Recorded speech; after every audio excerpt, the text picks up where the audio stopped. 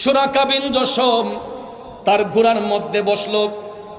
ঘোড়াটাকে হাঁকাইয়া হাঁকাইয়া মায়ার নবীকে অ্যাটাক করার জন্য সে যখন নবীজির পিছন পিছন যখন রওনা হলো, আল্লাহর হাবিবের পদম মোবারকের চিহ্ন দেখে দেখে সে রওনা হলো।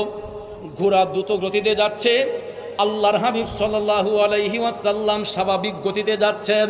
বন্ধুরে, আবু বকর সিদ্দিক হঠাৎ করে পিছন ফিরে তাকাইয়া দেখতেছেন সুরাকা বিন জশম তার ঘোড়া নিয়ে দ্রুত গতিতে নবীজির দিকে আসতেছে। আবু বকর সিদ্দিক তখন একবার রসুলের সামনে যান, আর একবার রসুলের পিছে যান, একবার আবু বকর নবীজির ডানে যান, একবার আবু বকর নবীজির বামে যান। আমার মায়ার নবী উম্মতের মনের খবর জানে গো। সিদ্দিক আকবর যখন নবীর সামনে একবার যান, পিছনে একবার যান, ডানে একবার যান, বামে একবার যান, আবার মায়ার নবী ডাক দিয়ে কয়, আবু বকর তুমি একবার সামনে যাও, পিছনে যাও, একবার ডানে যাও, বামে যাও, কারণটা কি? আবু বকর সিদ্দিক চোখের পানি চাইনা কান্দা কই, নবী গো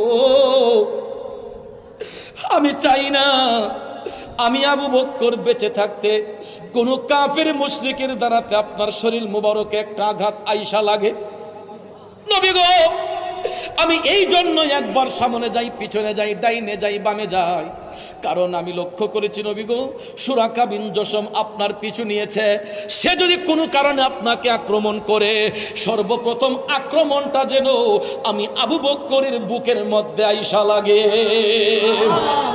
সাদা ফুলকে প্রশ্ন করে রংটি কোথায় পেলে, নূর নবীজির নূরানে দাঁতের কথা বলে।